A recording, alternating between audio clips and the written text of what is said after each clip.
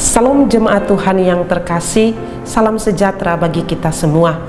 Kita berjumpa kembali hari ini dalam renungan Light of Revival. Mari kita sama-sama merenungkan firman Tuhan yang sudah saya siapkan bagi kita, terambil dalam kitab pertama Samuel pasal 2 ayat 29. Demikian bunyi firman Tuhan.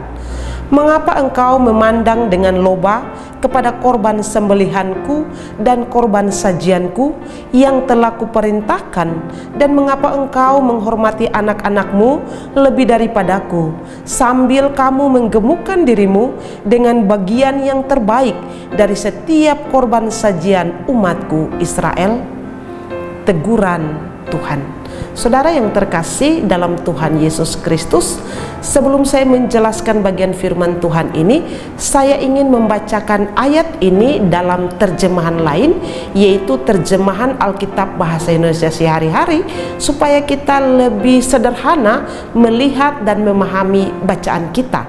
Dikatakan, jadi mengapa engkau masih serakah melihat kurban-kurban yang sesuai dengan perintahku dipersembahkan bangsaku kepadaku? Mengapa engkau Eli lebih menghormati anak-anakmu daripada menghormati aku, dan membiarkan mereka menggemukkan dirinya dengan bagian yang terbaik dari setiap persembahan bangsaku kepadaku?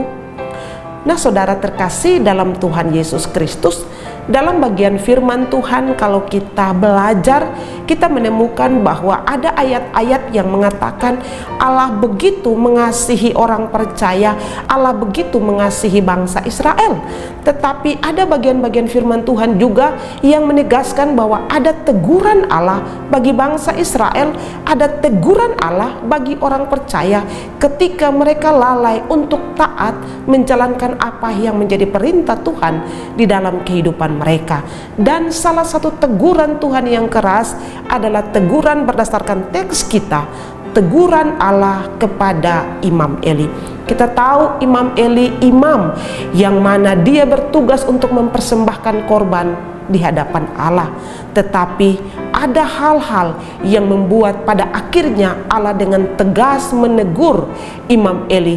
Bahkan ujung daripada teguran itu adalah hukuman bagi Imam Eli. Bukan saja hukuman bagi Imam Eli, hukuman bagi anak-anaknya yang jahat di hadapan Allah, bahkan juga bagi keturunan dari Imam Eli. Allah menegur Imam Eli ini dalam kaitannya dengan anak-anaknya, dan akhirnya dengan kesalahan, dengan kejahatan yang dilakukan oleh anak-anak Imam Eli, ada teguran yang keras Tuhan berikan kepada Imam Eli. Dan di dalam bacaan kita jelas sekali teguran Tuhan itu apa saja kepada Imam Eli.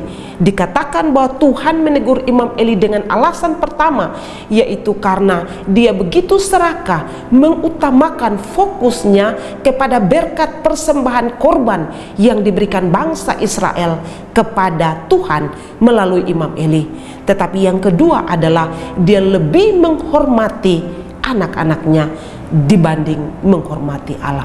Dua hal ini dikatakan langsung oleh Allah sendiri.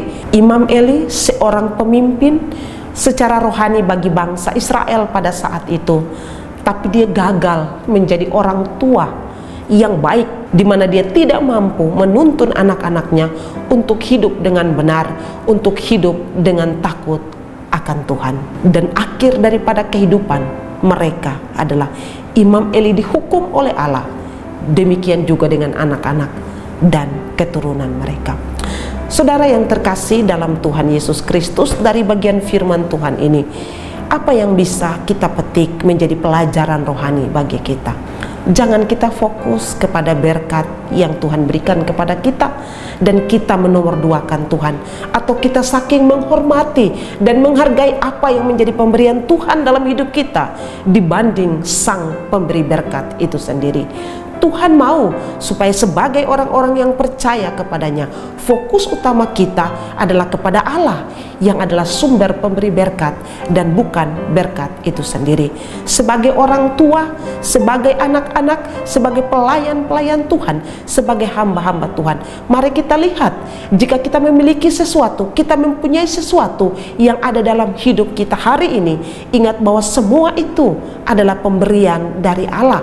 Dan kapan saja jika Allah mau, Allah bisa mengambil itu dari kita sebagai teguran dan hukuman yang Dia berikan kepada kita, karena kita lebih fokus kepada berkat yang Dia berikan dan bukan kepada pribadi Allah sendiri.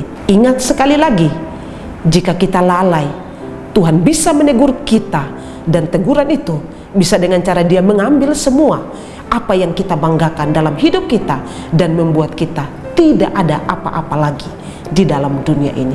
Karena itu, waspada selalu dalam hidup ini, supaya yang kita utamakan dalam hidup ini bukan diri kita, bukan orang-orang di sekitar kita, bukan manusia dan harta kekayaan kita, tapi Allah sebagai Sang pemberi berkat itu sendiri.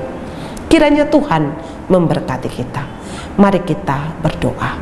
Tuhan, kami mengucap syukur kepadamu karena kami boleh belajar dari kisah Imam Eli dan anak-anaknya. Ada teguran yang keras oleh karena mereka tidak menghormati Tuhan. Mereka tidak fokus kepada Tuhan, tetapi kepada berkat-berkat saja. Tuhan, tolong kami sehingga sebagai orang-orang percaya di dalam mengiring akan Tuhan, fokus kami adalah kepada Allah sebagai Sang pemberi berkat itu, dan bukan kepada diri kami dan juga kepada berkat yang Tuhan berikan kepada kami. Terima kasih Tuhan untuk firman dan pelajaran indah dari kehidupan Imam Eli. Dalam nama Yesus kami berdoa. Amin. Saudara terkasih, mari terus jadikan firman Tuhan sebagai pelita dan terang di sepanjang hidup kita. Tuhan Yesus memberkati.